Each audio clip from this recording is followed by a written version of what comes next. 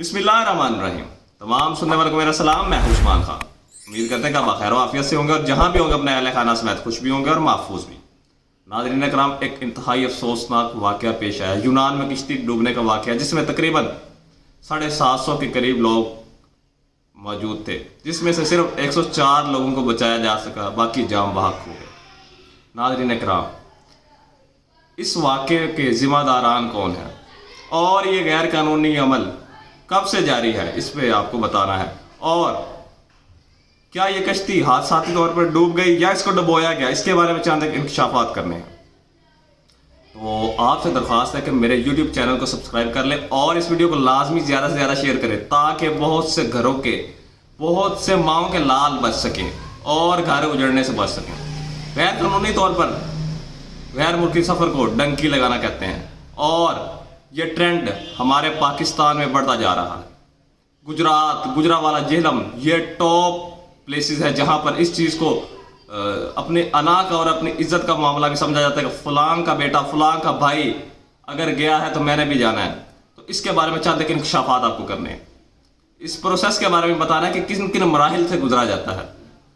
तो आपको बताते चलें, ये कोई आसान नहीं होता। अगर आपका कोई दोस्त, कोई जानने वाला चला गया और वो आपको बता रहा है कि मैं तो बहुत खुश हूँ, बहुत मज़े में हूँ, तो ऐसा बिल्कुल नहीं है। वहाँ के मामला इसके बरक्स है। एक एक कमरे में 8-8 लोग, 10-10 लोग रहते हैं।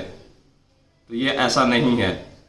आपको प्रोसेस बताता है कि कैसे होता है। यहाँ पर एजेंट को पैसे दिए जाते हैं और ये पैसे लाखों रुपए होते हैं।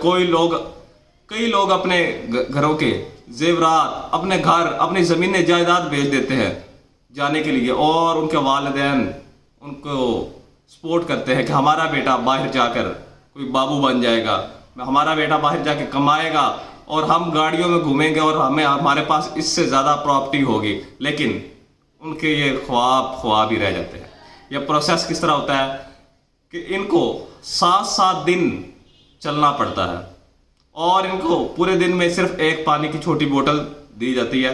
तो ये, और इस प्रोसेस में एक दिल दहला देने वाली बात यह है कि इस प्रोसेस में, इन दिनों में, इन अय्याम में अगर कोई शख्स बीमार हो गया या किसी को चोट लग गई तो ये लोग वहीं पर उसे छोड़ के चले जाते हैं।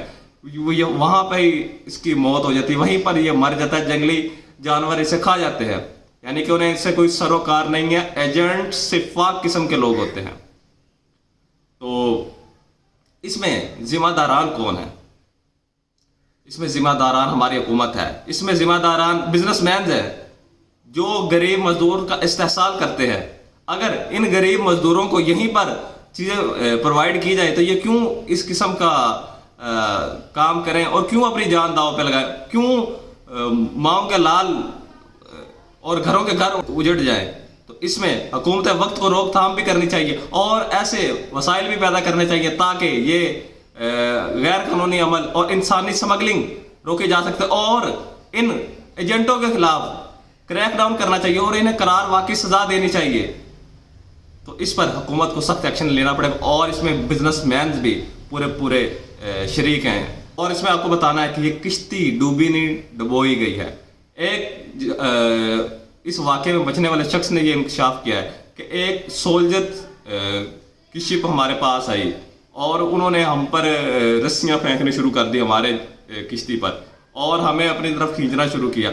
जहाँ से ये चीज़ जाहिर हो रही है कि इन्हें डुबोया गया है, ये हादसाती तौर पर नहीं डूबे। लेकिन मज़ीद तफसीलात आ रही हैं, जैसे जैसे आएंगी आपको मज़ीद अपडेट करेंगे और आपको बताते चलेंगे ये किश्ती किस किस्म की होती है। ये आम कश्ती होती है मछलियाँ पकड़ने वाली, जिसमें ये कैपेसिटी से ज़्यादा लोगों को बिठा के लेके जाते हैं।